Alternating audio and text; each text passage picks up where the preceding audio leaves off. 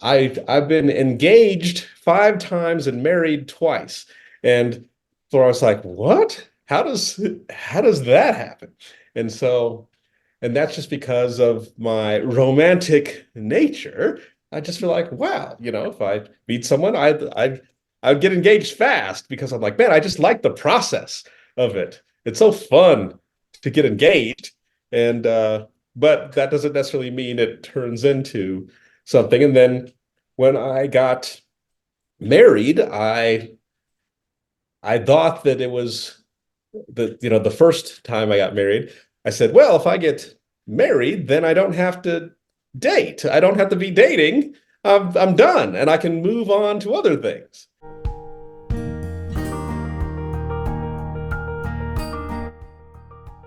My guest today is Nick Shelton. Nick, Nick is a comedian. Nick is a speaker. He's an author. He actually has served on the army, and I'm gonna let him introduce himself and just say, Nick, who are you? Share with us. Well, I like to think of myself as a regular guy deluxe. Mm. So just the regular guy, but with some extra options. So I'm very well rounded out in the experiences and in life. So I I'm a advocate for introvert, shy, and socially awkward people to be able to be an example and a coach on what's possible, what you can do.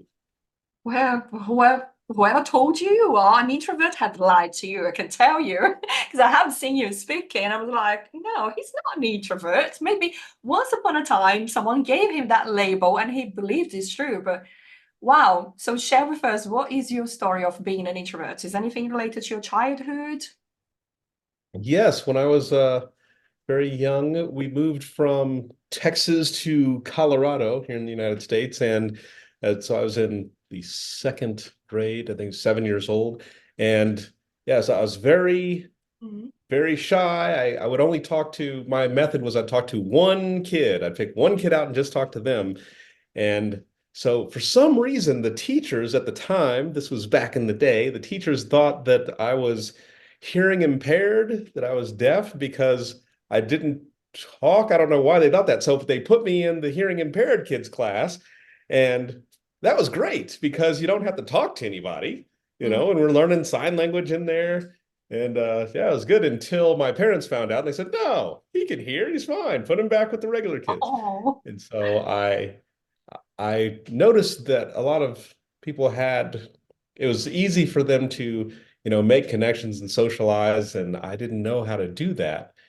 And I really wanted to because I was missing out on opportunities, as a kid to play, but as you get older, you see, relationships, you have a crush on somebody or something, and you're like, I would like to be able to talk to them, or just any opportunities really with jobs and things. You want to actually be able to express yourself and feel seen and heard. And I was not able to do that. And the materials that I found, they weren't helpful because they would talk about, scientists say that this part of your brain lights up when you do this. And I'm like, that, how does that help me when I go out into the community? I need real, advice on what to do. So I was the lab rat myself, and I would go out and I would a secret power of introverts or superpower of introverts is the power of observation. So I would go and observe other people, see what worked and what could work for me, and I'd try things out. And when it worked, I would apply it to my life, and eventually it turned into this. Yeah. Wow. So let's just go back to, because I'm trying to picture the image, yeah, of where within that part of your life you actually show any lack of confidence, because I couldn't feel that within the story. Ah, yes, it was definitely not there. It took a lot of time and practice to be Mm. able to engage with other people, other than just like maybe one person in the herd. You find like another introvert. So I call it hunting for introverts. So I if you thought, look at a room, yeah, yeah, you look at a room and you look around the edges and you try to find someone that looks uncomfortable and you say, that's my person. I'm going to go talk to them. And so that's how it all started. But then as I got to practice and observe other people and see what would work, like one thing that I always try to think of is instead of, because there's a lot of techniques, but I say, well, what could I do that I would do? Because there's a lot of things that people say, we'll just walk up and start talking to people. You say, no, that's not something that I'm going to do. I could do it, but I wouldn't do it.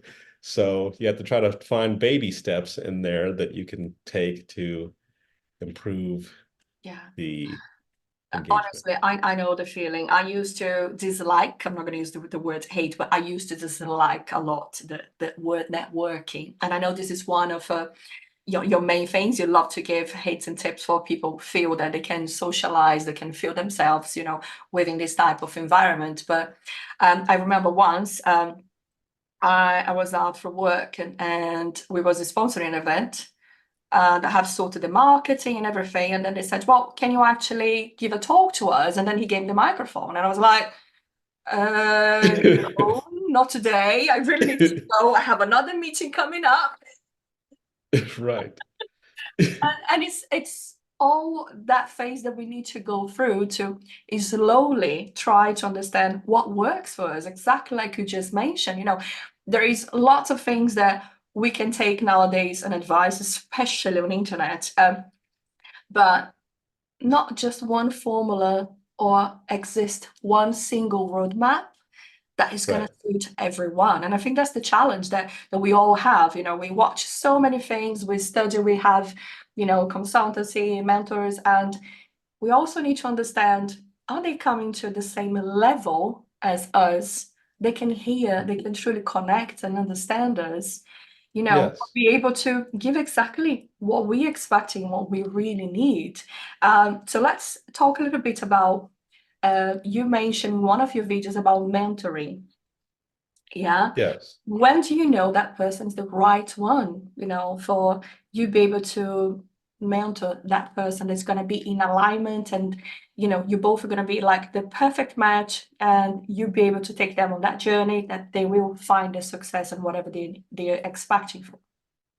Right. So the compatibility in mentoring, it's Mhm. usually I can kind of get a feel for them after, talking with them and observing them. Once again, the observation and how they respond to me and what I suggest. So if they uh, if they're really open-minded and they'll actually start doing some of the things that I suggest, then I say, okay, they're because some people will just listen to you, but they won't actually take any actions. And so I need to actually see that they're doing something. And it's really interesting. How it usually starts with me is I'll be at an event, and I've said this many times on podcasts and out in person. I will make the announcement if anyone is, shy, introverted, socially awkward. If you see me at an event, just come up and stand next to me. You don't have to say anything, just come and stand next to me, and I will kind of guide you through the room. Mm. And that happens all the time. I'll show up somewhere, and then somebody will just come up and they'll just be standing there. I'll go, oh, okay. And then I will just say, okay, yeah, you're safe with me. Let's go. And then I'll find out what their interest is. And then I will kind of lead them through. I'll say, just watch me, follow my lead. And if somebody does that, then I say, okay, this is a good candidate for mentoring because Mhm. they're teachable, they're following instructions, and they actually saw me, hey, had the guts to come over and be like, I'll just go stand there because I say you don't have to walk up and yeah, put her there, partner, and shake hands and do all this stuff. Just quietly, just come over and just stand awkwardly next to me, and I will pick up the energy from you, and I will bring you in and help guide you. And so if they can take that initial step, Yeah. then it's a sign that they can follow directions and they're eager to learn. I love that. And nowadays we have I would say an excess of info products, and if people believe that they will help everybody else, just creating programs that consist of loads and loads of videos, and let's just give out these videos because if we do something that is, I don't know, 4, 10, 20, 30 hours of video, it will look like they're gonna have loads of value. Yeah. Right. But what you do with all of that, you buy that and you're thinking, oh, okay. Well, actually, Netflix is seems to be more interested in this package that I bought, and now you already paid for that. You don't have anyone to talk about. And I feel this is why the mentorship and that one-to-one, it can bring much more solution. Nowadays you have that close contact, but it's also the importance that you mentioned. The person needs to show that commitment. The person Yes. needs to show that they are definitely willing, to hear you, to go into that path and achieve whatever is the success that they're aiming for.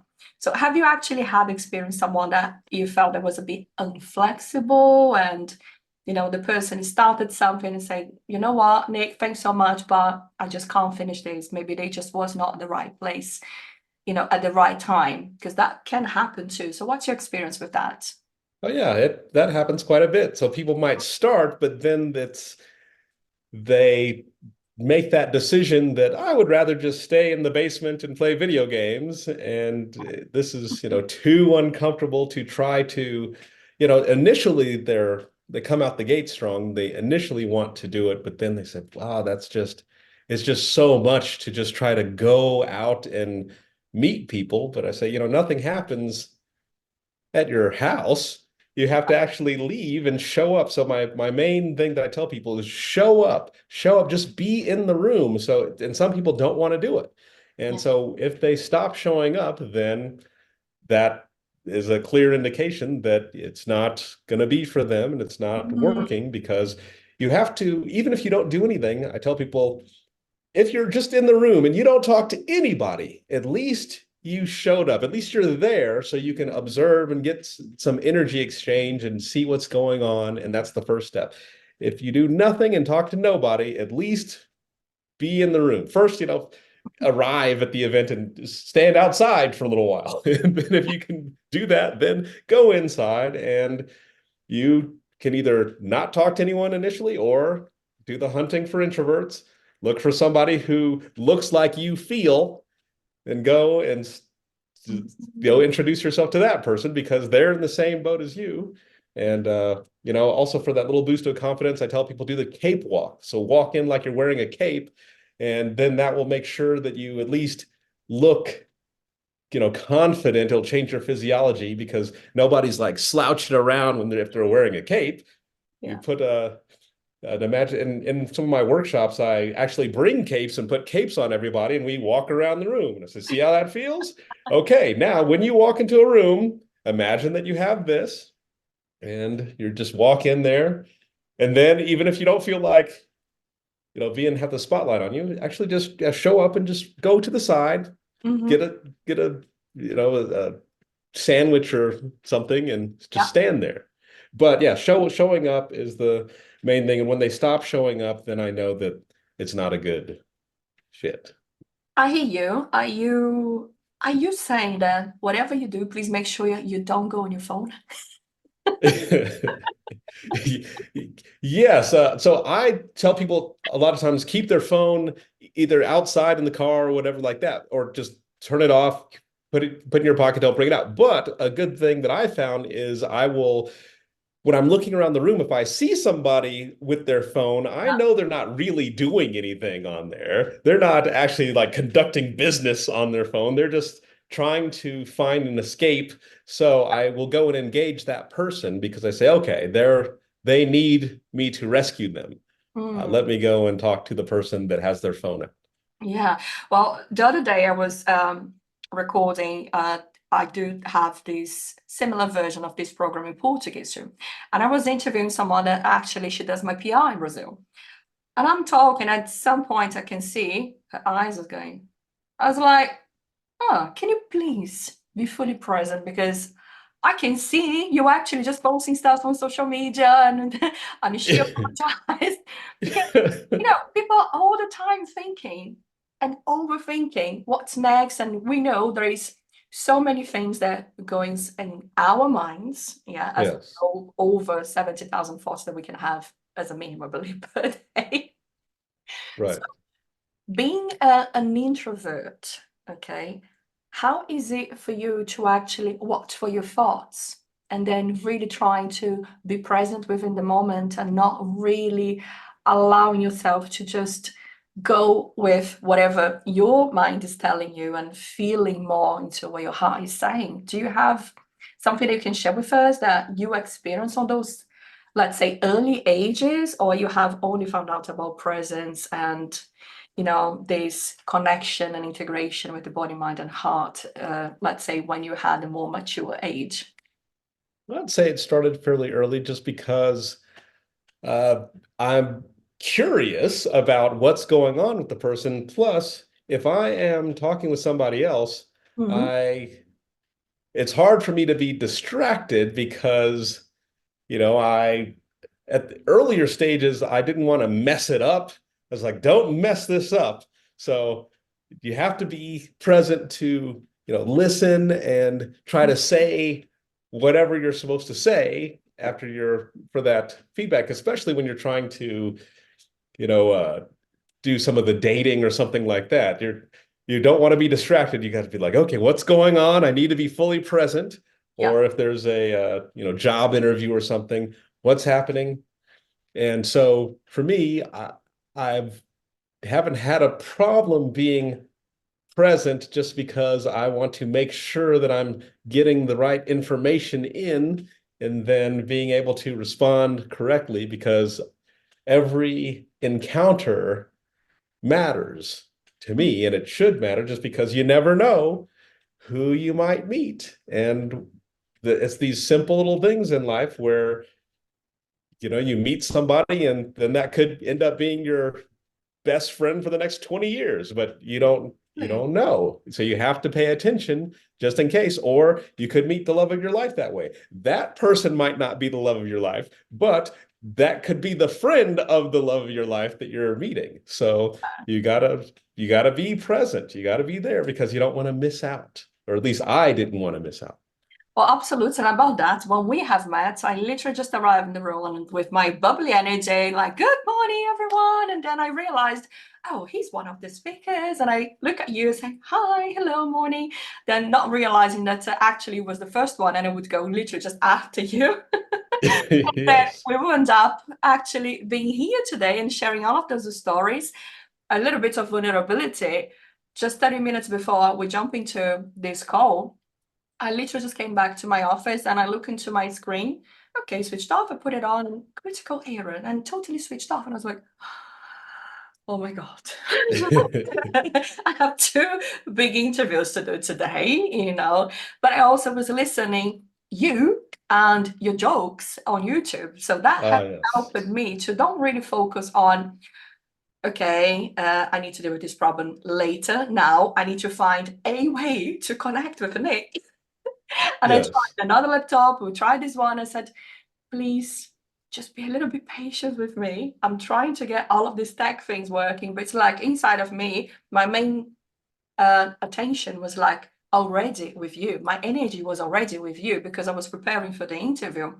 So, Yes. and I feel how wonderful is that when we can allow ourselves to be into that place of being present for someone. So even though I was not seeing you, I was already connecting with you and preparing to hold this space for we have this wonderful and fun and playful interview. Yes, yeah, and I appreciate you taking some time to listen to the stand-up comedy that I did. It was really fun to be able to do that. And people always say, "Well, how, as an introverted, Yeah. shy person, how would you do that?" And it's just, I found out that there's a couple things. One thing I found out was my thought process. When I Mhm. would tell people, they would say, "What? Why would you think like that?" And they would laugh about it. And I was thinking, "Oh, this isn't how you're thinking. This is different." And then so I said, "Oh, well, I will." People seem to be entertained, so I will tell them, "This is what I was thinking. This is my Mhm. thought process." And the getting up on stage part, I noticed at the very beginning, I took a speech class back in was it in university, I believe, and that started off, and I was terrified, but I noticed that girls liked me when Mm. I was up there in front of, and then also people would come up and talk to me. So I noticed the more that I was on stage, the more people would introduce themselves to me. And Mm. so I said, oh, I don't have to introduce myself to other people. If I can get on a stage, they will come and they will introduce themselves to me. So it was a little hack for me to be able to meet people easier. Oh, yeah. And you know what? Last year, I think it was around October, I hired a coach, and his specialty is basically help people to feel confident with this speech as a comedian side, write stand-up comedies and things like that. So I hired him and I said, like, listen, we have a problem. So I have this version of me that is this British, you know, version, and she's elegant, and she likes to talk about formal things. But then I have this Brazilian version of me, and oh my God, she is so funny, and I can laugh of herself, or myself, whatever. Can you please help? Yes. How can I merge both of them? So he started just asking me to literally just talk about myself, my culture. And at some point, we went into relationships. And then we realized that I wasn't loving whatever I was saying. And I am in love with this woman. Whatever is this version I am finding out about myself today, I'm so in love with her. Then I realized that I can do any sort of impromptu, literally just like this. And I showed my kids, and I was like, Yes. Mom, that's so weird. That is so weird how you can literally just change. And I never have seen that happening. And I was like, yeah, tell me about it. Yes. So we do go through phases that sometimes we discover parts of ourselves that we had no idea was ever possible to Yes. be able to show up. Let's just talk a little bit about this. And I want to learn from you and your experience. How was for you to go through all of the transformations within your life? If you just look behind now to everything you have lived, and I'm talking about everything, including the experience that you had working for the Navy too. Is it the Navy? No, the Air Force. Air Force. Yes, Yes. correct. What has been your biggest challenge and takeaways from, of course, the challenges and ups and downs, and then coming to this place where you are now that you seem so happier and content and be able to share this amazing energy with us. Oh, thank you. Yeah, so it started, it was challenging at the beginning because I just wanted to be able to, Mm, I just wanted to be seen and heard just like everybody else yeah. and be able to connect with people. And also, uh, I wanted to find a way to feel comfortable in my own skin, as they say. And one thing that I learned, a valuable lesson that I learned in the Air Force was, so there's in basic training when you first get there, that's they show it Mm, in all the movies where you're getting yelled at and they're, having you, run and you like make your bed a certain way. And I remember thinking, okay, there's a lot of people here, and so that for the like making our bed, the there's a they would break it down into steps, simple steps that anyone could do. So if you were a genius or if you were the opposite of a genius, mm, anyone could do it because everything they did, they'd say, this is how you do it. And they had steps. And I said, well, if I do this with my life, everything in my life, if I break it down into simple steps, then I can pretty much do anything because everything in the military, it no matter how difficult it is, they just say, here's the procedure, mm. here's the steps. And so whenever someone's going to do something, they say, get the procedure book. And you get the book out and you say, okay, step one, Yeah. turn this on. Click. Step two, look at this dial. So I said, okay, well, I can do that with my life. I can just say, Mm, well, what do I want to do? And then how is this done? And then there's the regular way people would show you, and they say, okay, now let me change whatever that is and make steps. let me make some simple steps. And then once I follow those steps, if I incorporate that into my daily routine, then I'll have to get the results. I just need to Mhm. do the steps. So there were a lot of, frustrations along the way because you have to actually put in the work to take a system, break it down into steps, and then you actually have to do it. And it doesn't always work out the way that you want it to. And Yeah. especially as far as relationships are involved with other people. Mm. And so sometimes, just like I like to ask people, what do you think is the most interesting thing about me? Because I used to say, what do you think I'm good at? But then, people would just list off some stuff. But when I said, what's interesting about me? And people would tell me things. I was like, oh, that's interesting. Okay. And so one of the common things was I've been engaged 5 times and married twice. And so I was like, what? How does that happen? And so, and that's just because of my romantic nature. I just feel like, wow, if I meet someone, I'd get engaged fast because I'm like, man, I just like the process of it. It's so fun to get engaged.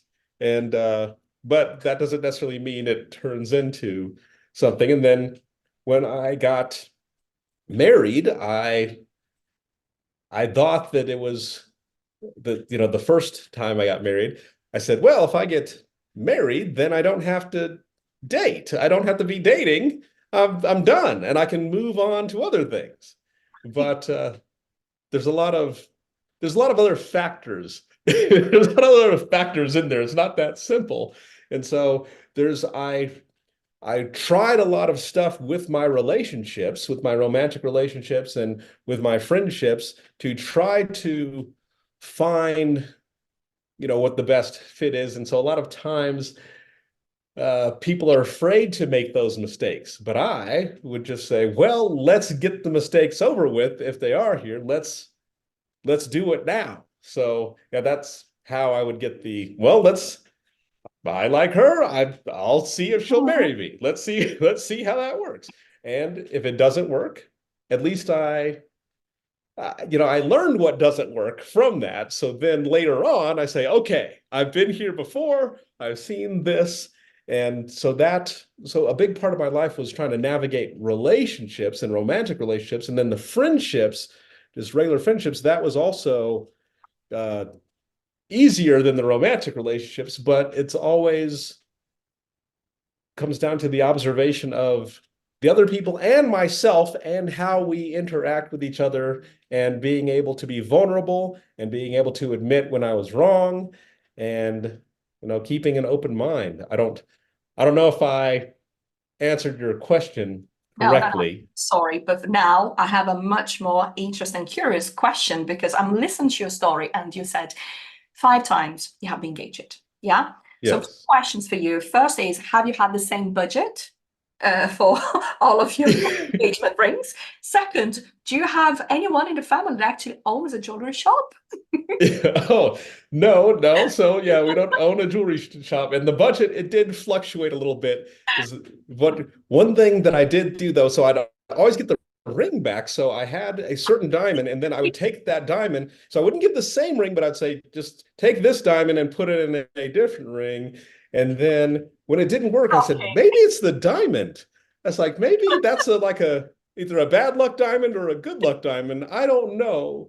But so I stopped using that diamond and I ended up having it put into a set of earrings for my mother because I told my mother, you're always the woman of my life, so I want you to have this. And so, but yes, Sorry, she never at loved you, so it's all right. yes. And the jewelry store, I went to the same jewelry store every time, and my brother would always make fun of me. He'd say, whenever you come in the door, they're like, he's back. Yes, that's our favorite guy. Really? And so they said, yeah, I should be getting VIP treatment every time I go into the store because they're like, oh, yes, Did we were they give wondering you when you were going a to come back. 50% of discount for returning customers? Yes. They're like, oh, it's that time of year again. He should be back in. Yeah, for another ring. Wow, Yeah, it honestly was. shocking. But there is men like you and women like you that loves to live everything in an intensive way, and I must say I honor that because I'm also one of those people. All right. I Yes. think, this is the good things of life. Whatever you're living, you make yourself present. You try to live that relationship as best as you can. Because until you actually know if it's going to work, if you don't really try, then it means you're not allowing yourself to have fun. You're not allowing yourself to try different things, to live, um, let's say, a different perspective of whoever is, the partner. What I really try to be as careful as possible is look into all the red flags, look into all the baggage that a person Yes. can bring, Uh, how about you? Have you had any criteria whatsoever? Yes. At earlier in the times, I didn't have, it was much less criteria. I was just like, if you're pretty, I was like, well, she looks very nice. That's pretty good. Oh, she looks nice. Okay, tick Yes. the box. All And right. then later I said, there should be more than that. That seems like that's not a good criteria. I need to add some things to the list. Is that a And man thing? yes.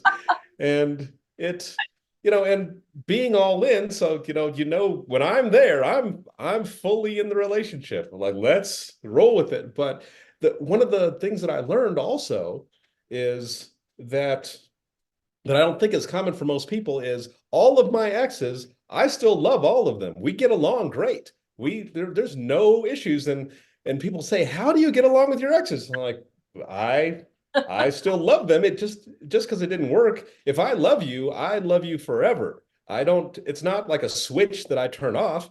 If I decide that I love you, I truly love you. And it's just we can't be together, but I can still love you. And so uh, I can be with someone that I love, sure, but I'm just saying, for the exes, I can tell if we're not compatible, but that doesn't mean I don't love you anymore. I still love you and care about you. Just means you But have a massive big heart. That's all. yes, maybe that. But yes, I do. There have been, red flags, and I uh, try to figure those out as early as possible and Mm. try to see if that's something that works, just like the emotional stability. I've had some of my ladies from the past have had anger management issues, Yeah. and I found that doesn't work well with me. So if I see that now in somebody, I say, okay, this is a problem. And fortunately, my current girlfriend does not have any anger issues, so it helps the relationship be very smooth. However, again, doing a little bit of research about you, you do fancy spanking, correct? Yes, well, that's good for everybody. It's just it's I think that we'll have fun. yeah, it's just it's a way to pass the time, and I think everybody enjoys a little spanking every now and then. It helps bond Mm, people together a little bit more. well, I like to say a couple words on everybody's mouth. And yeah, we do have lots of people that are, for example, are sexual, and they may Yes. not enjoy this kind of activities. And there is people that, let's say, perhaps just came from a very sad and have experienced, violence, domestic violence, Yes. and they wouldn't be in the spank. So I just would love to acknowledge all of you and all of your pain and just say we're not overgeneralizing here. We're just having Right. fun because this is actually one of Nick's joke, which he's not going to share now with us. If you want, you look for him on YouTube, and wow, it is hilarious. Yes, there's a wide range of stuff. So yeah, it's not all that.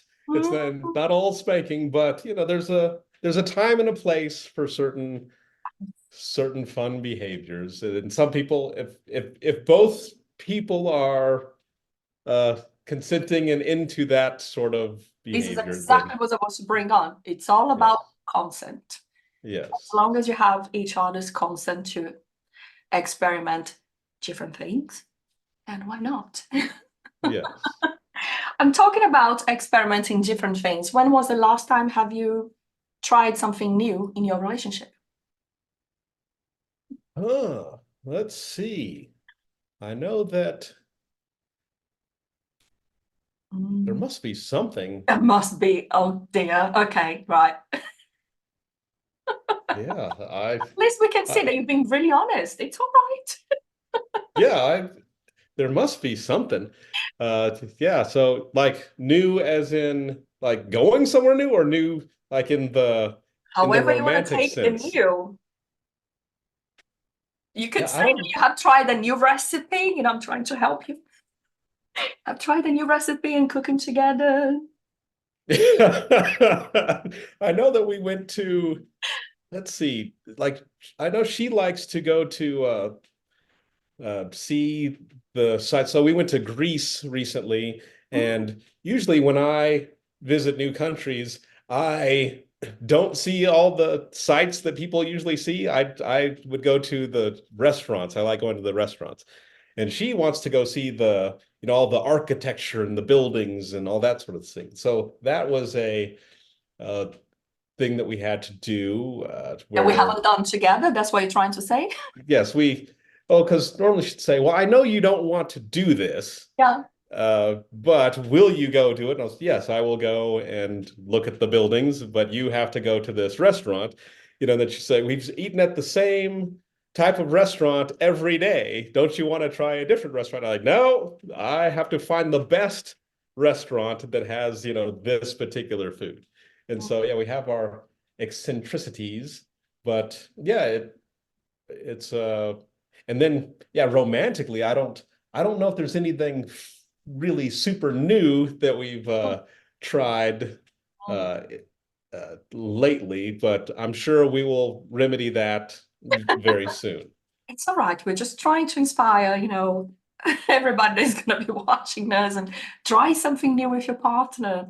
Make sure Yes. that you're not having, as we call in Brazil, rice and beans, because in Brazil, in our culture, we have rice and beans every day for lunch and dinner. So make sure you're not Yes. having rice and beans every day. Yes.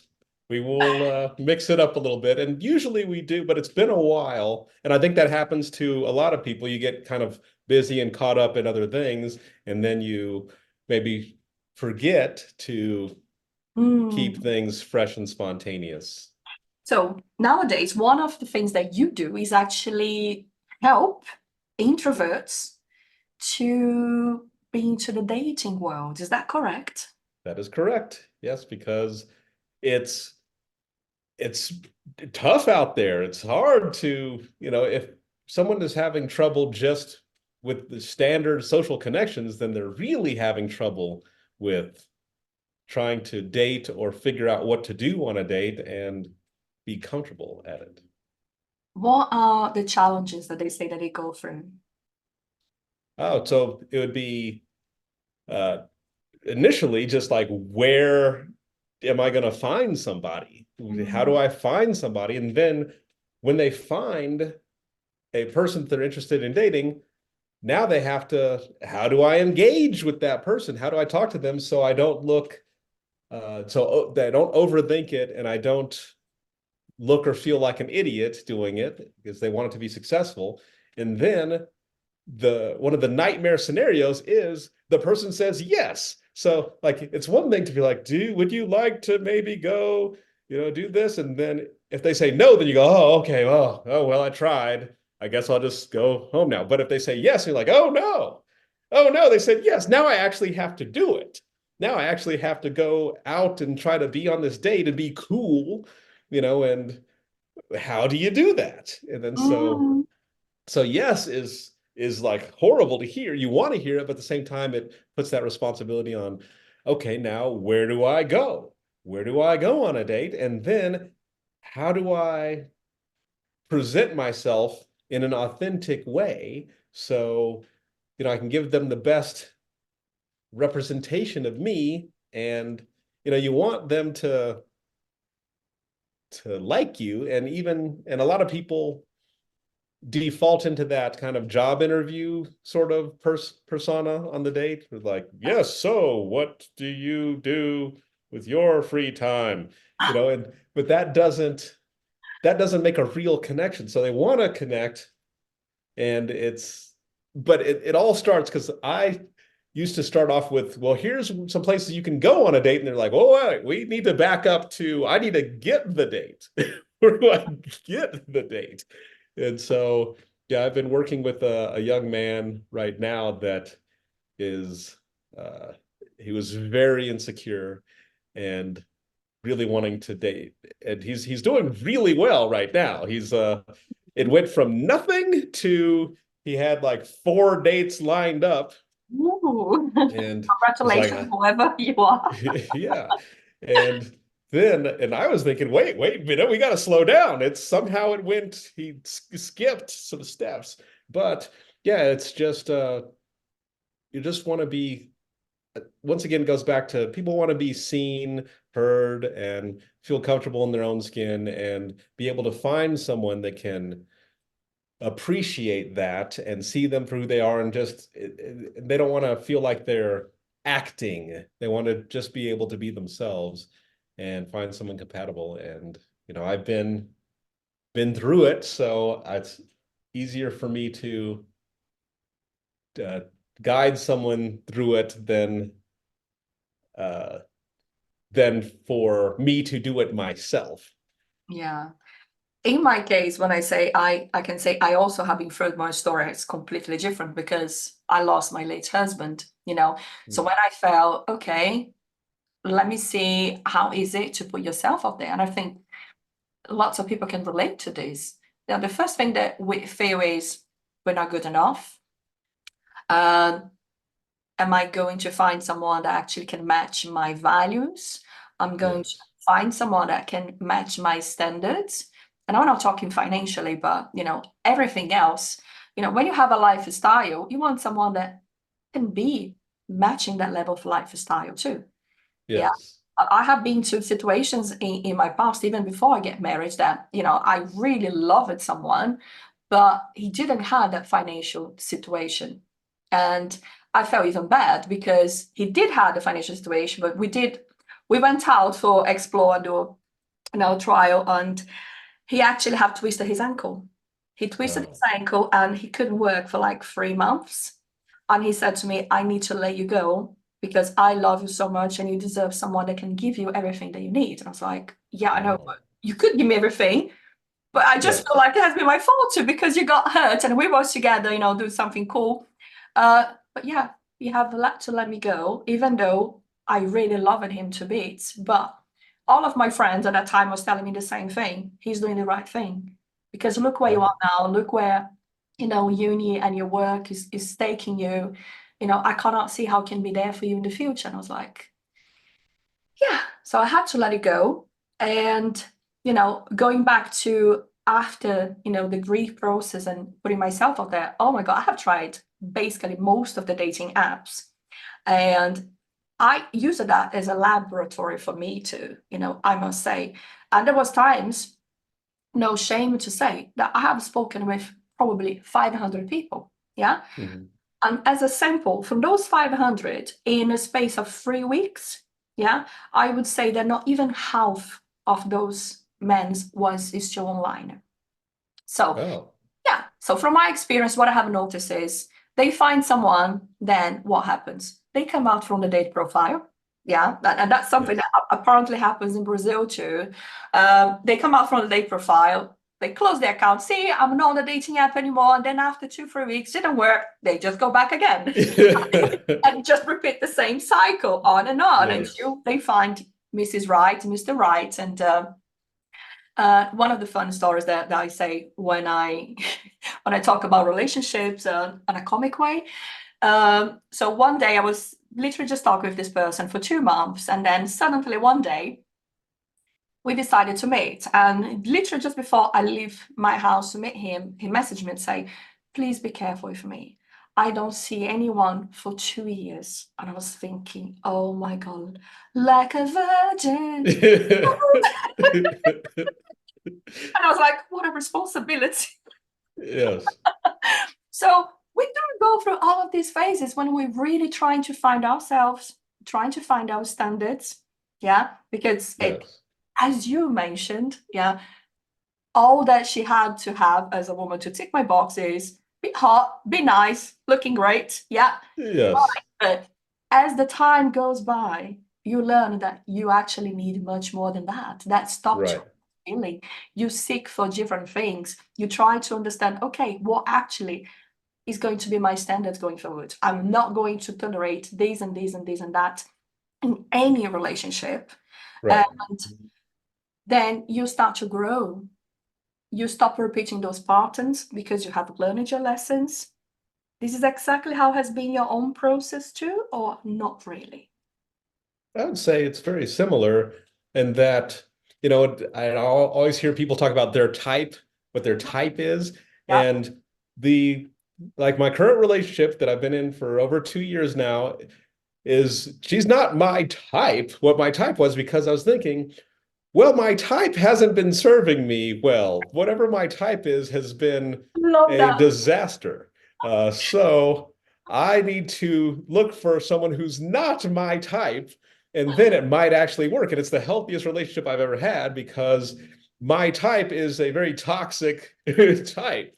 Yeah. But uh, also, you had mentioned the dating apps, and I think we've all been done the Yeah. dating app thing, but I found that I've had much better success in some of my the people I was mentoring had more success in meeting people in person because on the dating app, people just put up, this is what I want you to think about me. So they'll put up whatever pictures they think reflect, and they could not be modern pictures. They could be They too, only got 1 second of a chance. It's literally how right, they look like in their profile. So they're literally right. trying to do their best.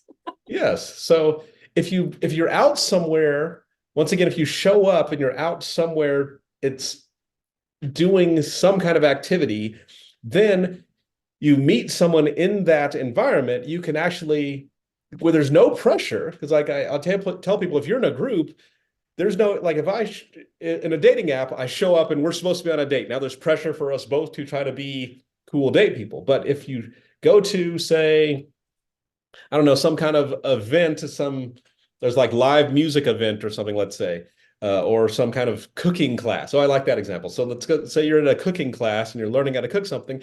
There's no pressure on you to be cool or funny because you're not there on a date. You're there in a cooking class. So then if you see somebody that you like, you can make conversation and you already have something to talk about. You're talking about the class and what you're doing there.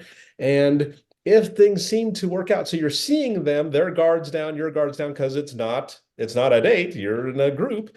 And if it's working well, then you can say, hey, I was going to take this other class. Were you looking at doing that? Then you can kind of break free from this group, maybe do another group together, and then escalate it to a date. Or if you're out in the community and somebody meets you, and this is how I met my current girlfriend, is her friends were at this event and they said, you would be good for our friend. And I said, what? And they said, we took a picture of you and sent it to her, and she said that she is interested. And I was like, okay, well. And so we started talking the next day, and it's been over 2 years now.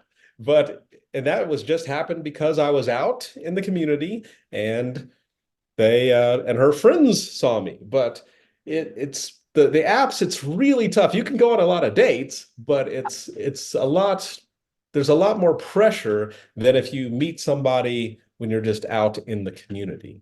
Yes, and there's also the pressure that you go for your meeting and you never know if the person actually will match whoever you have seen.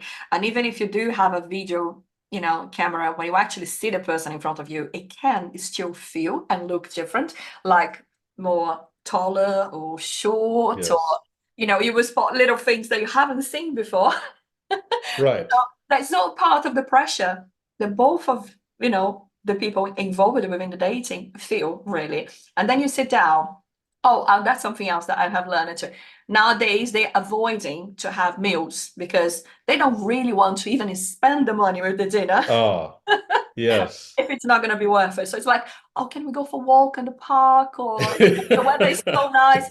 That's when the potentially the guy is really short, tight on money. He doesn't want to spend the money, just putting the extra effort to take you to a nice meal. That's a funny story too. I have a friend of mine, and then one day he said, "Oh, can I come over? Can you please take some photos for my profile? They look awful. No one is actually stopping by." So we went to the woods. We took some nice photos. We took some nice photos in the restaurant, and then he had put on his profile. And Yes. after that, he haven't stopped it. Was all the time getting to know new people. But at some point, he said to me, "I'm just tired to keep paying dinners, and Yes. sometimes only last 1 or 2 weeks." Yes. So I said, well, if this is going to be part of your criteria and you're not happy to take someone to a meal, just trying to figure out maybe you take her to, I don't know, places in London that you have activities for free. You can Right. go to, I don't know, an exhibition, just to a Right. cafe, shop.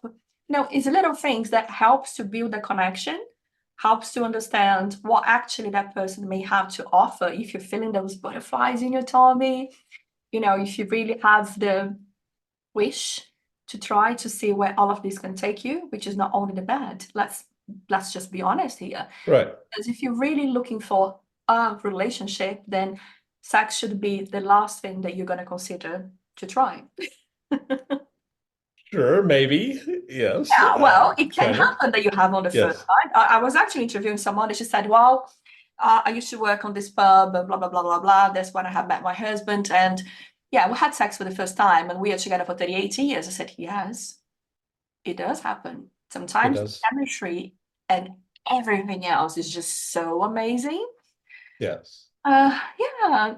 So what's has But been your experience in mentoring people within the dating when they say, should I have sex or not on the first date? yes, that's kind of tough. So uh I always figure if so, and I think it's different for what I would advise men and women to do. Or if you have a So daughter too, potentially. yes, right.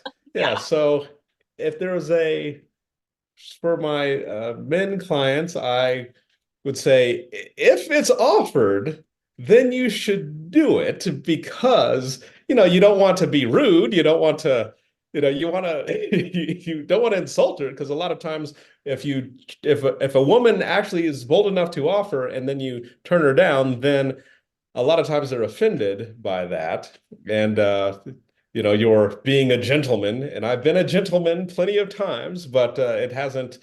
Uh, I was like, maybe I should have been less of a gentleman, But but I don't think that it should be the goal of the date. So when you go out on a date, I don't think that you should say, I'm going out on this date to try to have sex with this person. It's Mm. supposed to be going on a date to try to actually make a real connection. And if you end up having sex with them on that date, then you say, "Oh, okay." But that wasn't the initial plan. The plan is to, make a connection. And with women, I've said to like, you don't have to do there's no need to sleep with somebody on the first date.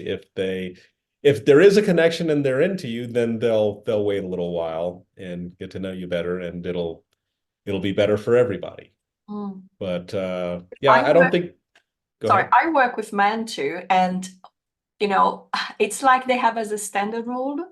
If a woman actually sleeps with them on the first night, they just feel like that woman, it's not going to be the one.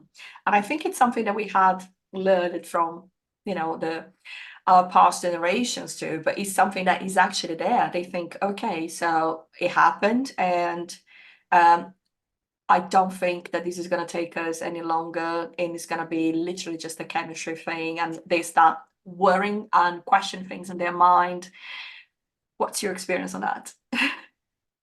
I don't think that I've been very judgmental on anyone who's wanted to sleep with me right away. I've always been okay with it, Oh, and it as a hasn't gentleman that you are, of course.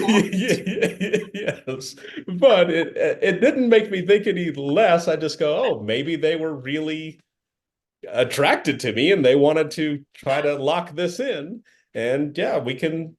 And so it for me personally, it didn't make me Maybe think. they just notice how irresistible I am. Yes. Oh, Nick, this is so fun. No, it's one of the things that I would try to do, and I know that a lot of people don't have the capacity or the ability to do this right now, but I know that, usually if you can, everyone tries to, if they can, they'll try to Google you or look you up online to try to find out about you. And, so I have a lot of stuff. So many times I would, to make someone feel more comfortable. And I don't say it like before the first day, but on the first day, I say, do your research, look me up and do your research and see if you still want, if you are interested after look up, find as much as you can and see if this is still something that you want to pursue.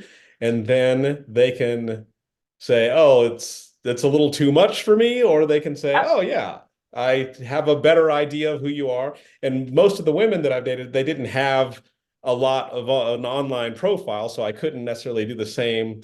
But sometimes you can. Sometimes you might just get like a little Facebook or Instagram thing and say, oh, I'm seeing maybe some red flags here on this Instagram page. And so you can kind of do a little bit of an extra search. But another thing that goes to the sleeping with people and all of that is when you meet somebody through in like that group setting or like the cooking class or something, you're not going to, since that's not a date, you're not sleeping with them the first time out. You just are in this class with them and then you get to know them. And then when you do go out on a date, it's not I just met you today and now we're in the bed. It's I've known you for, 2 months through these classes and, we've seen each other and got to know each other. And now, it went that way if it does go that way. Mm. So there's a lot of it's a dance. The whole dating scene is a dance, and you have to try to do your best to make the whatever the right decisions are for your particular circumstance to meet someone and make that connection. I love that, your particular circumstances. And you mentioned about, look out for me and see who I am and if it's worth it. And never had to actually go to this stage because as soon as I would say that, you know what, I'm a widow and I am someone that has two children that I raised as mine. I am extremely intelligent, independent. My background is also in psychology and sexology. They would say, oh, okay, no.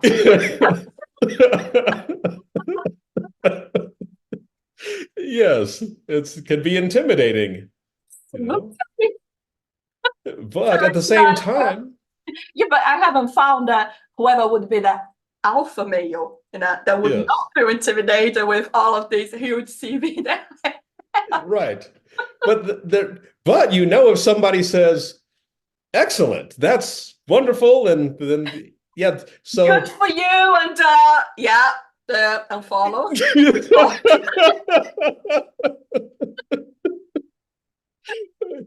yeah, so that just shows that that person was not the right person. They Yes. need to move on. And so you get them out as quickly as possible. Next person. Yeah, I just thought it was too funny for don't share. How about your partner when she actually met you? Do you think she actually had the criteria? Do you think she actually went there and searched about who actually is Nick Shelton, or she was just happy to meet the real you and say, you know what, I really just want to hang around and spend probably a few years with this guy and see where it's gonna take us, if I'm gonna be the number three in his life.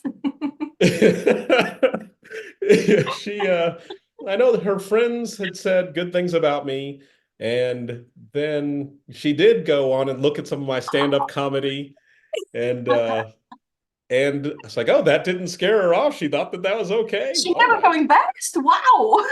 right, yeah, yeah. So she still wanted to meet me after that. So I said, okay, well, and so she liked that uh, I'm very vulnerable and I don't have a, so she likes and she doesn't like the same thing. And that is like, I don't really have a filter. So whatever I'm thinking, I just say it. And so she likes it in that she doesn't have to guess what I'm thinking about or where I'm at. She's like, oh, he's going to tell me, like, if I don't like something, she will know I don't like it. I'm not going to talk in riddles or something like that. So Mhm. I'll just say, I like this, I don't like this, or, this is what I'm thinking. And so she likes that. But at the same time, she says, you don't always have to say what you're thinking. Mhm. Sometimes you can, hold that back because it can be rude. So, Yeah, I face you the know, same problem. I yeah. truly understand how you feel. Uh, Sometimes we are too good to be true, but also too honest. yes, yes. And it's not everyone that can take it. Right, right. Let's talk about your comic side. When actually you realized that you could make people laugh off nonsense things. Yeah, I was in the oil and gas industry. I had a job as a Oh chemist. gosh, I And also had an oil and gas history. Yeah, yeah. oh, all right. Cool. Okay, please And carry on. yeah, and in the mornings we had this giant kitchen off of the laboratory, and we'd have a big breakfast together before we started our day. And in the mornings, I would always say, "This is what I did last night. This is what's going on." And then people would just be like, "What? What's going?" And so I would notice, oh, they like these stories. They like when I would Hmm. tell this. So I said, okay, people are laughing at this. And I said, well, maybe I can start.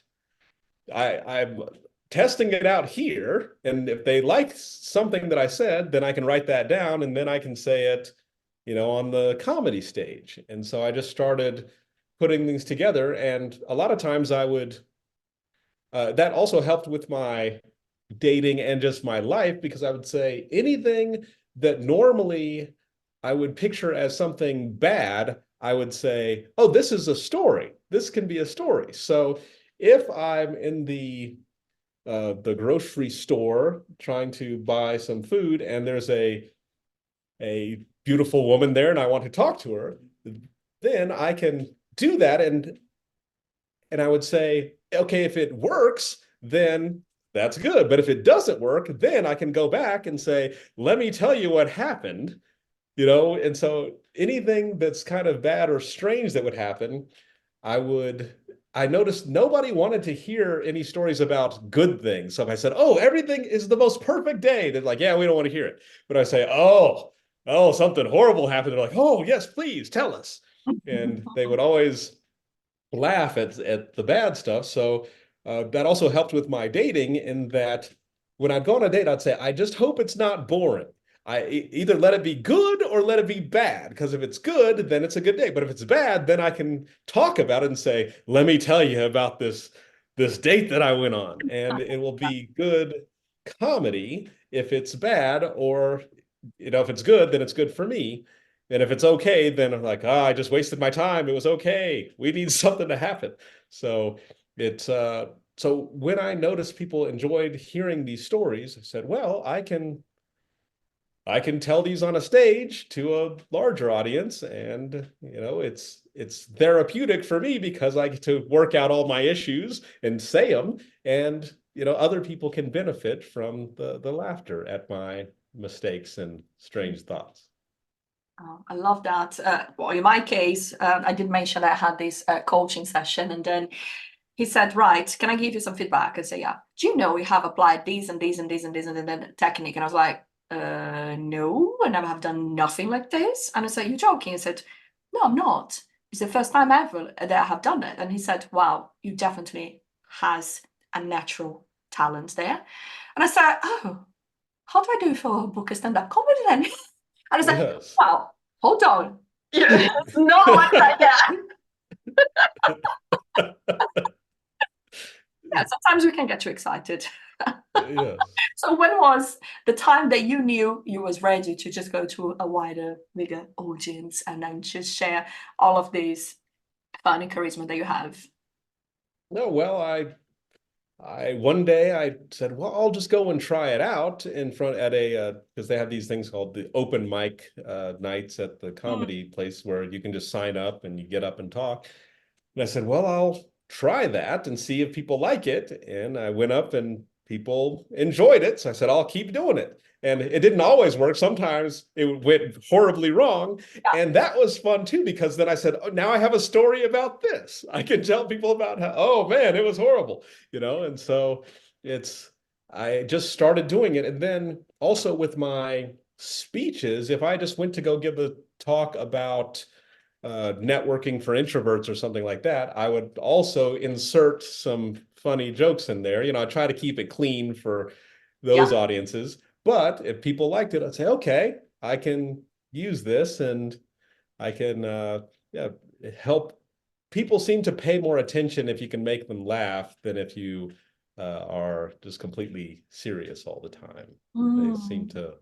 to absorb the information a lot better and the lessons. So we actually ended up going to a comedy club when we was in New York, and was the first time for me and my son. The overall experience was great. We just haven't understood any of their political jokes, I must say. Ah, yes, yes, But everybody can understand when you're talking about sex. And this yes, was actually the most funniest jokes that I have listened, on that evening. But I must say, nothing was like yours. So yes. honestly, I was still listening to you until before we actually get, and when we have opened the room, you actually got me laughing of you. Yes, I really love your style, but I also have seen you presenting in a more seriousness way. So how yes, you do to be able to separate the characters really, that one that is full on and can just talk about nonsense things, sex, whatever else is there on the menu for you, and there yes, also the other person version of you that can present and talk to leaders, yeah, on an yes. event and still inspire people. Mm. Right. Yeah, I try to uh walk that tightrope where, because I know like the sexual topics, everybody, has their thoughts and opinions about, sex. And And experiences too. yes, and their experiences. And I know that I've had a lot of, strange experiences or strange thoughts that, once again, I thought, well, everyone thinks like this. But then when I talk to people, they'd say, what? No, I don't think like that. What are you talking about? So I said, oh, okay.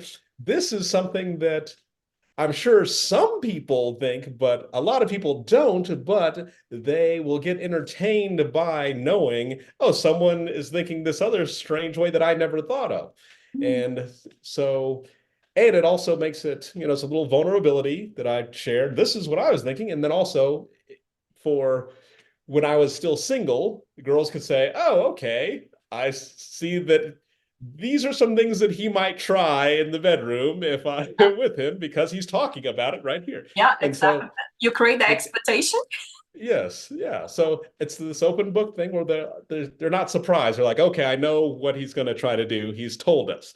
And then for the more serious stuff, I just try to uh, think of the what value I can give. And like the speech that I gave at Columbia University, that was for a certain person that was struggling. And I said, I'm going to do a speech for this particular person. So that was just me reaching out, trying to help that person and show them how they were battling some depression, and I wanted to do a speech just for that.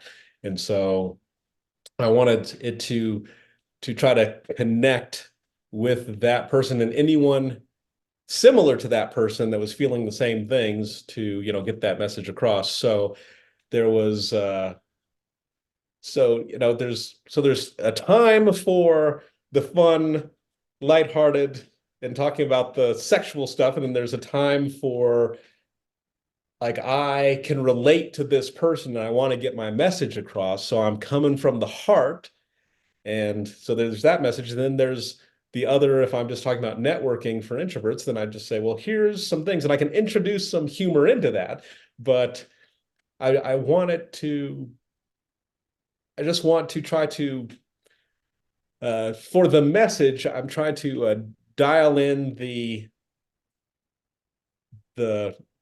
version of me that can deliver that particular message the best. And so I think we all have uh, different parts. Just like earlier, you said you had a dog that you were letting out of the room. So when you're talking to your dog, that is a different version of you that is like, oh, I'm talking to my dog version. And so there's, I try to use whatever part of me I think is going to carry the message the best to the recipient. Mm. I love that. I love that. And this is exactly how I do too. I never prepare to any of my talks. I just feel the room, just feel whatever's the inspiration that want to come, and then let it flow, because it's Yeah. not me. I can't even remember what I said. It's for whoever will be watching that video in the future and whoever was there in the audience. So I think that's beautiful. Let's go back to the networking, because I want you to share with us networking tips. And my favorite one is exactly related to the cookie face. So Yes. Wow. You've done some research. if Yes. So you'd like me to share you the don't Duke cookie mind, you face? don't need to give Oh. the recipe for the cookie, but Yes. So, yeah, so my uh, what really moved the needle, as they say, what really showed some impact, and for me and all the clients that I've worked with, and it's really easy to do, is the move that I call Duke cookie face. And I know that over in London you call them biscuits. So you might say Duke or Duchess biscuit face, I have and cookies too. Yeah. okay, Yeah. okay. All right, well, then we'll say the cookies. But I just remember I was at a holiday party with a woman I was dating at the time, and it was at the company she worked at, and so I knew that. So she knew everybody, but I didn't know anyone except for her. And I said, everyone's going to be looking at me because they want to see who she brought as her date to this thing. And so I said, I can only meet a certain amount of people, but everyone's going to form opinions about me. And I want to look approachable and nice, and I want people to have good things to say. So I said, well, how would I do that? So it's like, well, I need to sit in a nice manner. So how would I sit? And so I have a good body language. And then so I was thinking, well, you I know like what? that. What's this? Good body language. So I thought about nobles. I said, well, what would if I were how would a duke sit? And or a duchess, and I said, well, and so there's no super wrong way, but they're not going to be slouching. They're good, and it's not going to be super stiff, but it'll be a good posture, but it'll be relaxed. So I said, well, let's do a good relaxed posture. And then with some open body language, because you're somebody. And then for the face, I said, well, if I knock on my best friend's door, they open the door, and I'm hit with the aroma of fresh baked cookies, like chocolate chip cookies, let's say. And I love chocolate chip cookies. And I know they're going to offer me some cookies. They're not going to just have them and not offer me one. So I know I'm about to get a cookie. But I'm not going to be over the top like yes and celebrate. There'll be a quiet joy, like cookies are coming. I'm about to have a cookie. I'm about to be offered. So I figured if I make my face in like a quiet expectancy of cookies are coming, then I have the good posture for the sitting, and my face is not scowling because I used to have this, what I called resting bastard face, where people would always say, do you want to fight me? Are you angry with me? And I say, what? No, but what does my face look like? So I always have this scowl. And my girlfriend talks to me about that even now. She says, are you upset about something? And I go, no, that's just my face. And so I try to have that Mhm. nice expectancy of the cookies and the good posture. And then, so I did this at that event, and then after the event, she said, I don't know what you did, but everybody said that they loved you and that you were a great guy and very open. And I was like, Duke Cookie Face. That's what I did. And then so I started teaching people that. And whenever I would go to a restaurant or go wait in line for something, I would just do this. And people would come up and start talking to me. So I'd say, oh, okay, I look approachable. This is working. And so whenever someone would either sit like this, or if you're standing, you can do the cape thing, but if you're sitting, you do the Duke or Duchess cookie face. And it makes it so, because when you scan the room, body language speaks really loud, and it makes people want to either approach you or feel that you give off a good energy, and that physiology changes how you actually are behaving as well. So it's a really effective thing that people can start doing today, right now, and they'll see results today. It's immediate. Mm. It's a really I good one. wonder what perfume you actually use for these events is exactly the same one, because maybe it's the fragrance too, and not necessarily the cookie face. I don't wear any cologne or any scents when I'm out at the events. I Oh, have some, but I never wear it. So we cannot use that as one of the factors. okay, let's give the credit to the cookie face then. Let's talk Yes. about your book.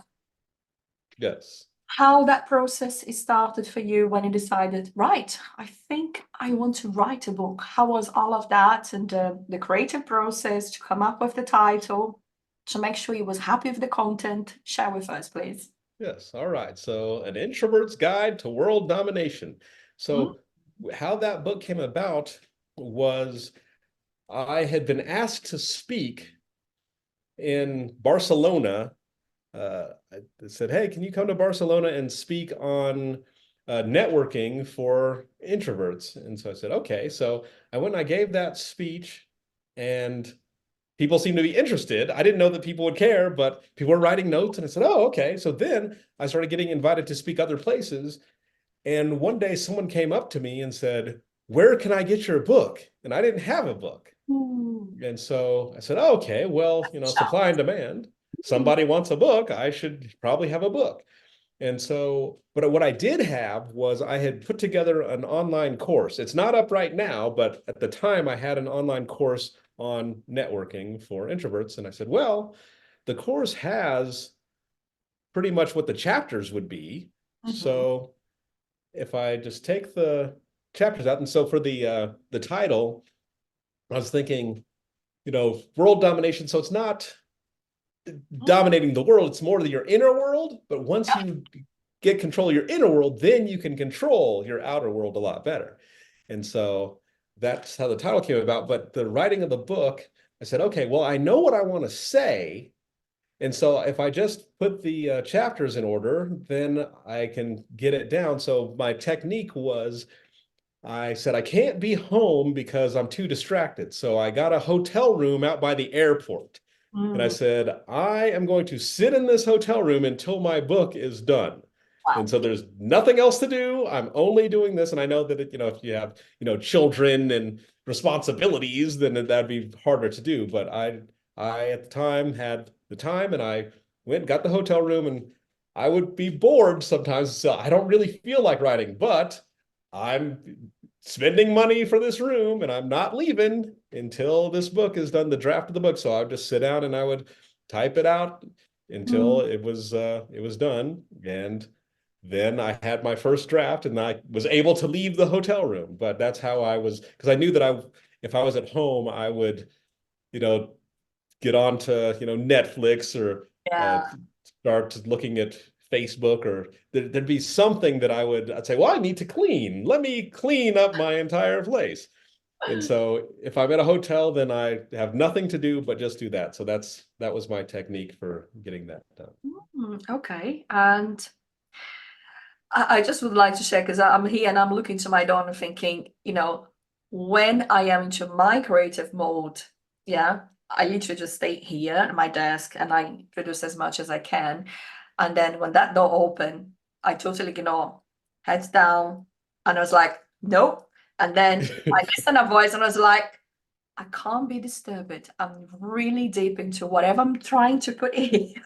Yes. So my kids know. And they are so lovely. They actually look after me.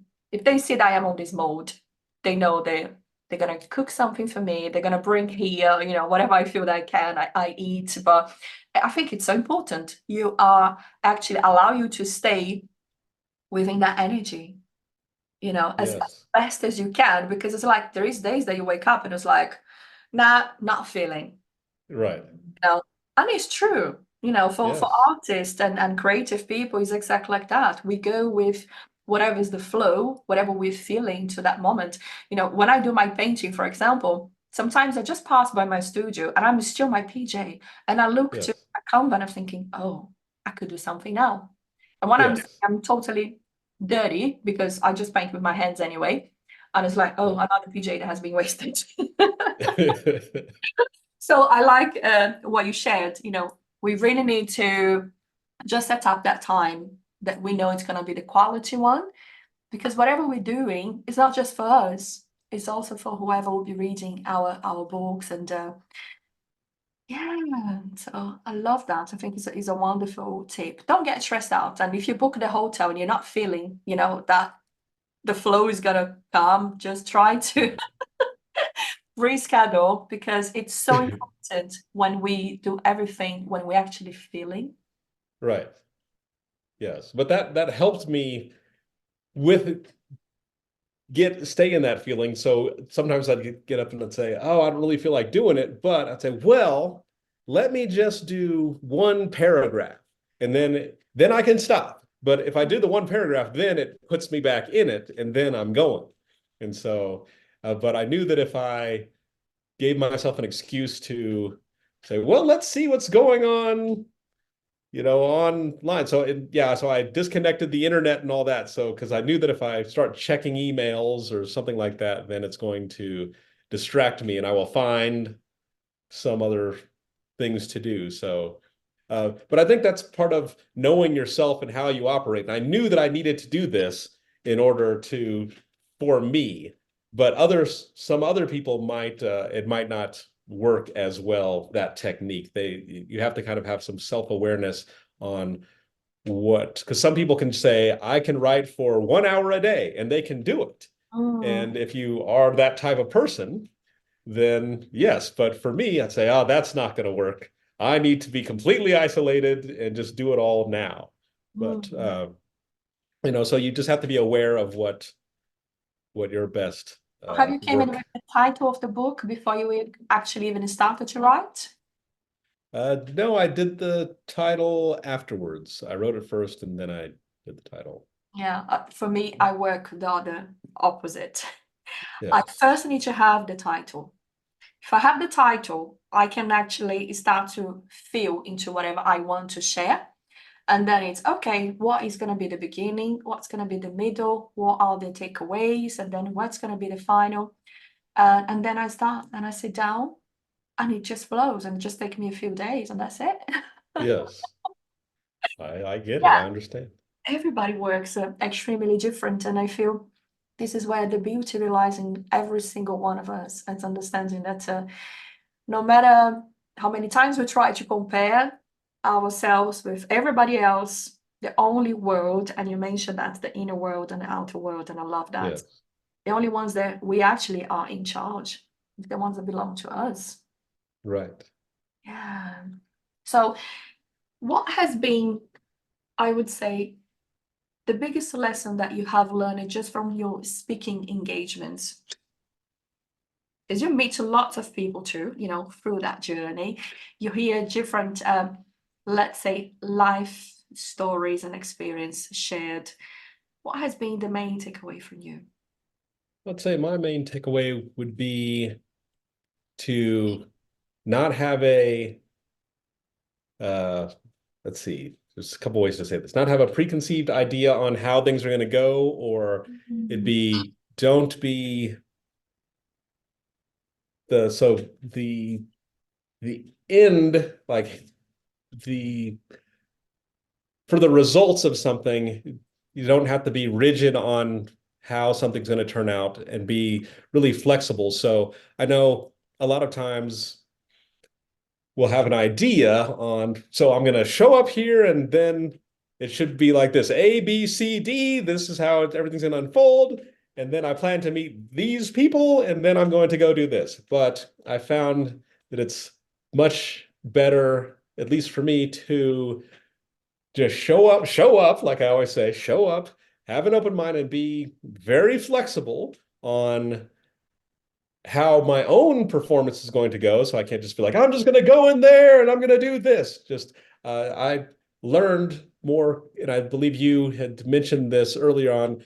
Like you like to walk out and feel the room and then just kind of go. And I used to be very rigid about it and say, well, I know exactly what I want to say, and I'm just going to go and push that into the room, no matter how the room is. But then you learn quickly that that doesn't always work. Sometimes you need to uh, be adaptable and fluid. And so I did learn to, okay, what's the energy here? And maybe I was initially going to say these points, but now that I'm here and I've gotten to speak to some people, I want to add a couple of things and I want to take some things out because that fits this scenario.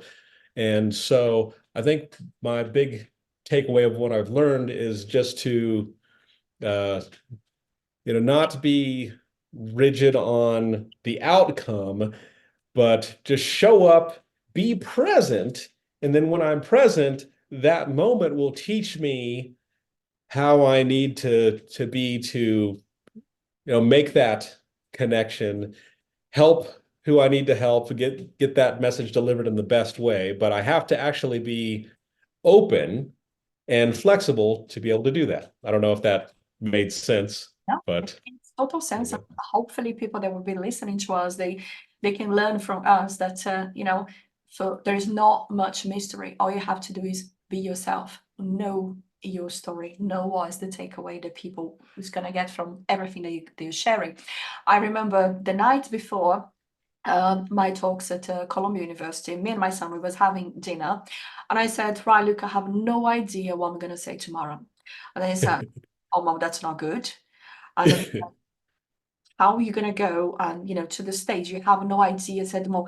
And then he got a pen, at the restaurant and said, no, I'm going to help you, what really the talk is about. I said, yeah, I don't even remember the titles that I gave, but, and I said to him, but this is how I work, you just tell me Yes. whatever it is and I get on with it. And I said, oh, mom, I said, please don't stress me out. Don't Yeah, stress right. me out because I got already got stressed this week because my hair was not like I was expecting and blah, blah, blah. And then this speech has ended. We have spoken and said, Mom, you actually have surprised me. I never thought I would like any of these things, but was so good everything that you shared, and I really enjoy it. So I could go to more events like this. I was like, oh my god, my own son he was inspired. That's really good. Yes, yeah. That's the best that you can ask for, I think. That, Yeah. that, that's the best feedback I would have. Don't need to listen to the rest of the feedback. No, I'm joking. I actually No, I'm joking. I actually have spent time chatting with people that was there in the audience, and yeah, the feedback. I think the funnest one for me was like, "Oh, how long have you been doing this? Are you an actress?" And I was like, "Oh, I love that." I'm not joking apart. What do you do, Nick, when you are going through those periods where you're facing turning points in life that you haven't seen it coming? You go through challenge and those roller coaster period, what actually you do to make sure that you're gonna be all right? Yeah, well, there's no avoiding them. So I just try to say, well, what's going to happen? What can I learn from this? And I try to always be observing myself in those moments just to make sure that I stay as balanced as possible and I'm not doing anything erratic or taking on anything unhealthy. Because, sometimes in the past I might uh start drinking heavily or something like that if there's this unknown period. But now I say, okay, something new is happening. I will not be drinking during this period because I want to be there fully for whatever it is. And so I want to be present. I don't want to miss any lessons, and I want to have all my faculties and senses alert to be able to uh, adapt to whatever the new situation is and get what I'm supposed to get out of it. So I just try to keep an open mind and learn whatever it is that I can from that. So in the future, if something similar happens, I would have been fully present for it. So it's all about trying to stay in that moment and observe the moment and observe myself and try to make the best decisions. And also, I'll try to talk it over with, people that I trust and that I care about, that I think care about me. I'll say, here's what I'm going through. So, so because nobody wins alone, and nobody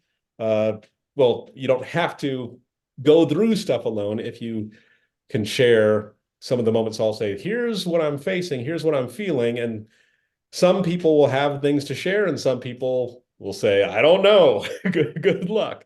But it's good to at least discuss it. And sometimes I might even do some journaling about it, or and that's kind of fun because I'll say, okay, let me write this out. And then sometimes I'll say, okay, I just wrote it out, but now let's turn it into a poem. Let's make it rhyme. And then I'll do a poem about it. And then as whatever the situation is, then I can say the little poem in my head and say, oh, this kind of goes with the poem, so it's just my different way of adapting to it. And another thing that I tell people when they ask me what they should do in situations like this, I'll often tell them, what if this is a dream? What if you're just dreaming this? And you can do anything in your dreams, so just roll with it. If something crazy happens in your dream, you just go, huh, okay. And then it takes kind of the weight off of it. So I said, this could just be a dream and you're going to wake up and none of this even happened. And you'll say, I had the craziest dream. So if that helps people shift, and it helps me shift the scenarios every once in a while. I did try some of these techniques. Some worked and some did not work. But as I Yeah. said, they all are different. Um, as you are speaking, and I'm feeling into your words and everything that you're sharing, what I have noticed is you still have that smile on your face. And now that smile was gone. Yeah, here we go.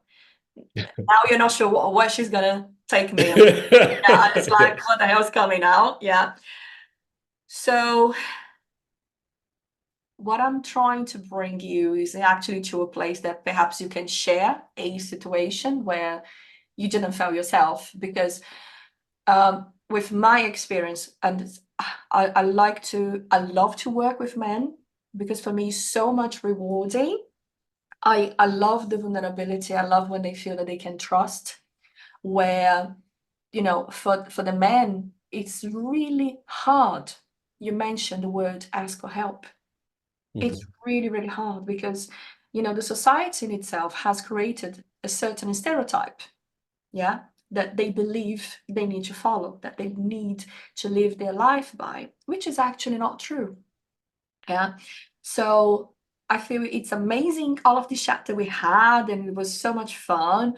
But I wonder, can you share anything, any moment that, perhaps you just didn't fail yourself, and maybe that can inspire other people too. They can relate to a story. Doesn't need to be something too deep, whatever you like, of course. Let's see. When I didn't feel myself, like I think that it made me think, have I ever felt like I was myself? I don't know. I thought you would Um, share. I thought you would you were thinking of thinking, oh my god, he's gonna share any erection issue that he had. this has never happened to me before. This is the first time. Yes. Sorry, I This just had to isn't bring some me. laugh. Yes. That, yeah, I, I would say, yeah, this doesn't feel like me. Usually I have no problems with my erections. Oh, Nick, Um, please, that was a joke. Let's move on. yes. But let's see. Um, yeah, there's been times where oh, I'm trying to think of a good example because there's plenty of times where I, Hmm. feel out of my element, but I will, let's see. Uh, I have a friend of mine who's really into the wine industry. He runs a software company for wineries. And so he took me on this grand tour of all these wine places. And, I didn't know anything about wine. And everybody's, the wine culture, people are kind of, people are trying to show off, how much they know and, sound educated about wine and things like that. And so I was just trying to think, okay, well, I'm in this, but I have no idea what's going on. So I can either try to, figure out some basics about wine and try to pass myself off as, yes, I also know about wine, or I can do the opposite and say, I don't know anything about this. I Mm, know nothing about this.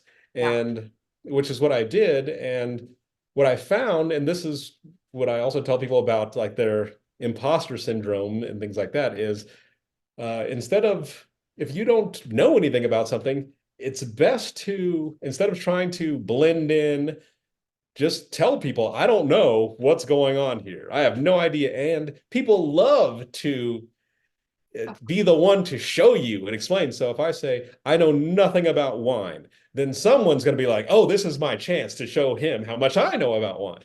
And so then they will tell me, this is what you're looking for. This is what the notes and what you want to taste. And you hold it and just want to swirl, agitate, you know, all the different things. So then that gives a lot of people think that it's going to make people say, you don't belong here. What are you doing? But it really makes people excited to be able to share their knowledge with you. So for me, in that scenario of like the winery, it's like I have some choices to make here, and I don't really feel like I fit in, but I'm just going to be vulnerable and say, listen, I don't know anything about this.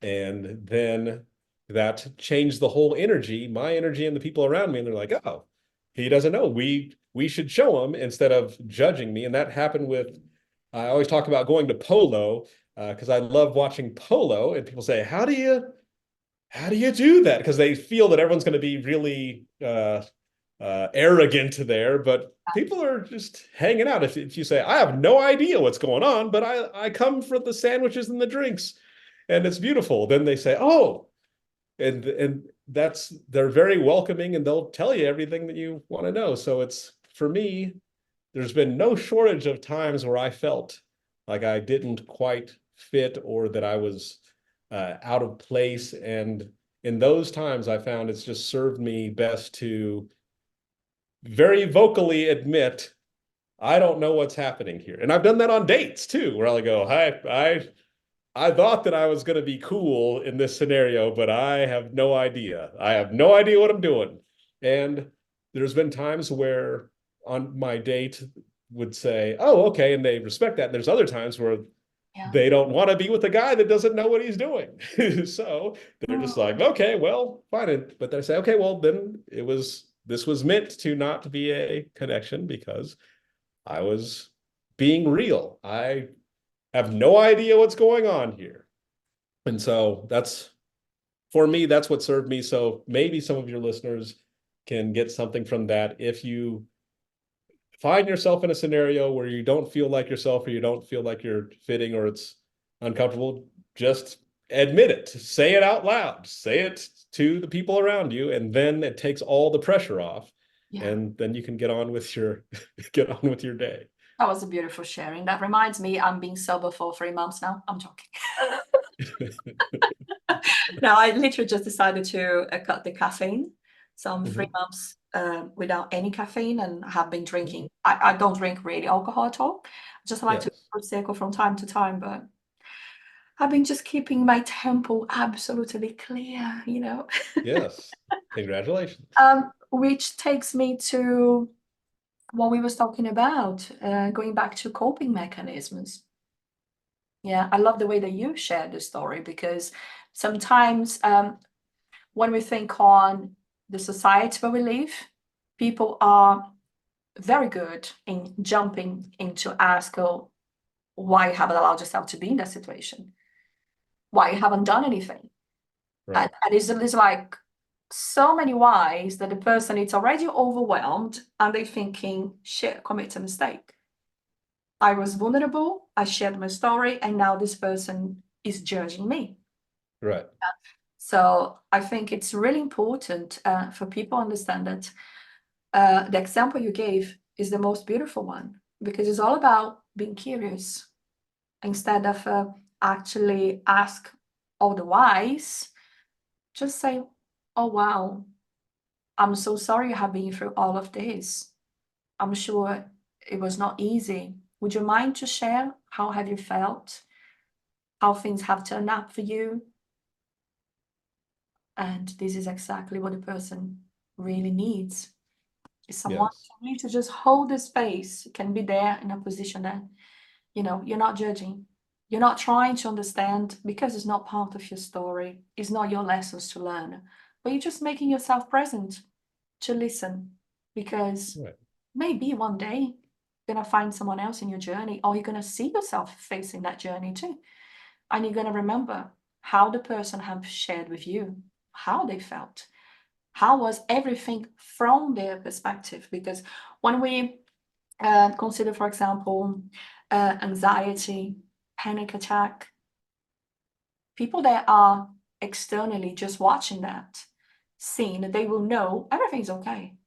But it's not Yes. really what happens with the person that's living that. And I know that because I actually have been through these type of struggles too. And Yes. whatever happens within our mind, within our body, is so real to us. Yes.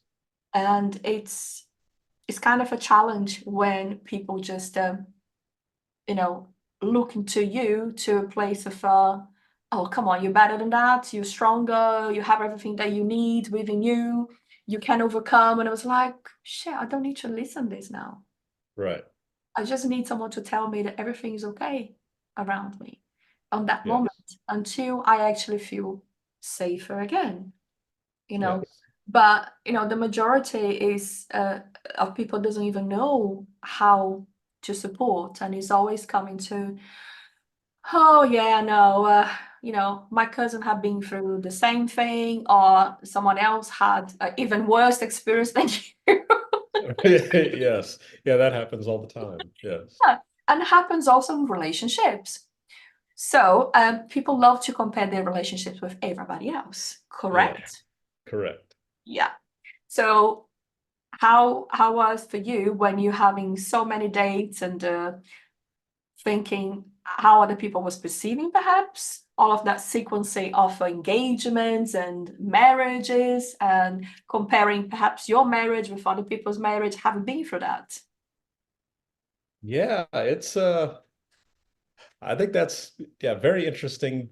When I was doing all of the dating, I know there were a lot of people, a lot of married people that would say, "Oh, I'm so jealous that you're, going on all these dates." And I said, "No, no, you don't want this. You You don't want to want this at share the bed all." with us?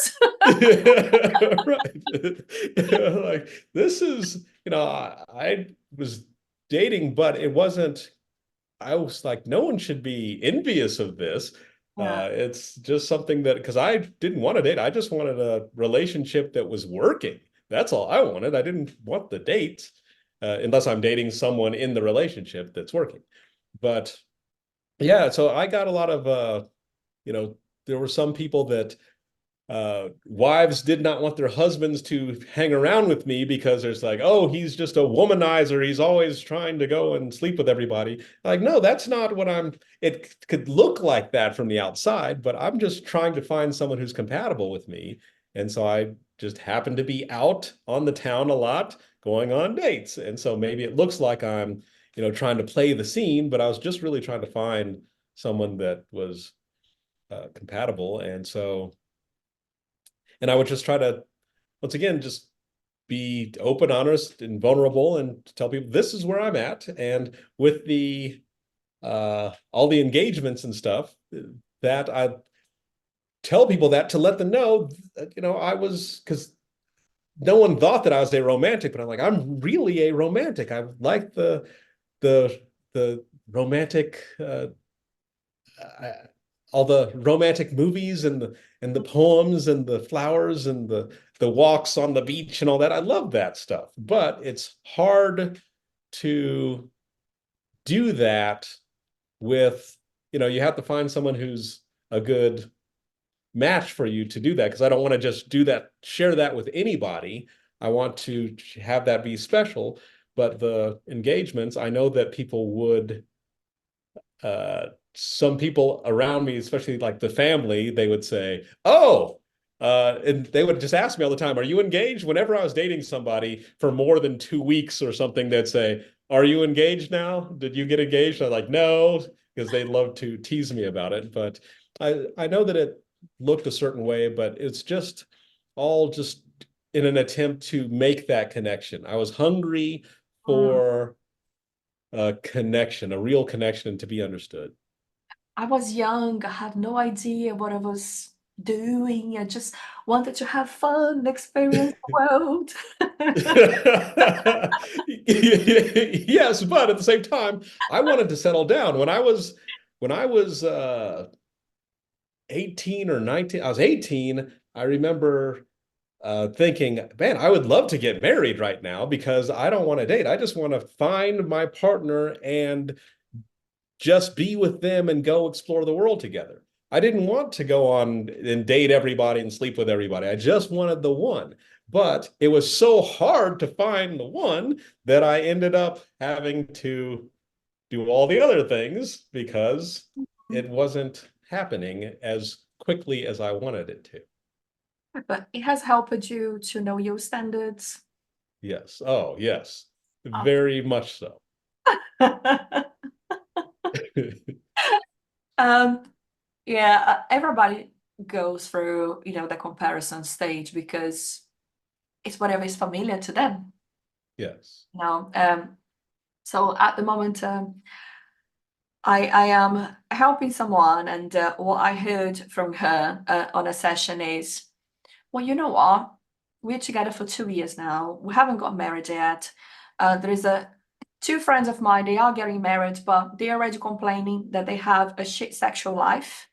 They Mhm. don't do much, as a couple. And I was like, why are they getting married? And Right. yeah, and then she was saying, I know, right? And then she was saying, yeah, but it's not only them. I have this friend, this friend, this friend, this friend, that they all complaining about their relationships. And and I say, my relationship is actually not too bad at all because yes, we have our moments. And yes, there is times that we stay weeks without have sex, but I have a roof. We're Right. gonna go to we're gonna go to Ibiza, we're gonna go to Bali. I was like, so you're telling me that is the security that you're searching for in a relationship? And it's like, Right. no, I'm not saying that. And I was like, right, because this is what I can hear from you, that you're more Right. concerned about, everything else that you actually have. I said, so what would happen if you find someone as charming as your partner, extremely wealthy, that can look after you and can take you to these amazing places, can respect that you're also a very intelligent and independent woman? What do you think would happen? She said, oh, I don't know. Sometimes I just feel like because my mom was never lucky with her relationship, and all my friends are not doing well. And I said, yeah, so everything that you're actually telling me is you're leaving the society and the consciousness level of the stories that are Yes. around you. You're repeating patterns that have been, into your own family too. You're not realizing that. You're too busy not living your own life, just Right. comparing all the time your relationship with everybody else. And like her, there is too many people. And it's always about when we have that wake up call, when we figure out that, you know what? I just love myself. I love to spend time with myself. I am so cool. I love to just see my body and accept my body as is. Doesn't matter that has, those parts of me that I know don't belong to me, and one day they may leave me. Yes. But they're just happy to be themselves in their own skin, as you mentioned too. And they Yes. can find that love within. They can find that pleasure within. And when we do that, then the confidence, wow, you know, Yes. you don't need anyone to give that reassurance. You don't need anyone to just tell you how gorgeous you are. You know that. Right. Yeah. And when you figure out that for yourself. Yes, that's the most important thing. It has to start with you and Yeah. then other people. You can't get it from other people. It has to start Yeah. within. And that's all part of the standards that we was talking about. Yes. Comes to that realization, you know what? No matter how many people I can go through my life, if I don't make peace with me and love to be my best friend, then no one else is never ever be good enough. Right. Very important. So we need to bring this to an end. I had so much fun. It Me has too. been a pleasure to have Yeah. you as a guest.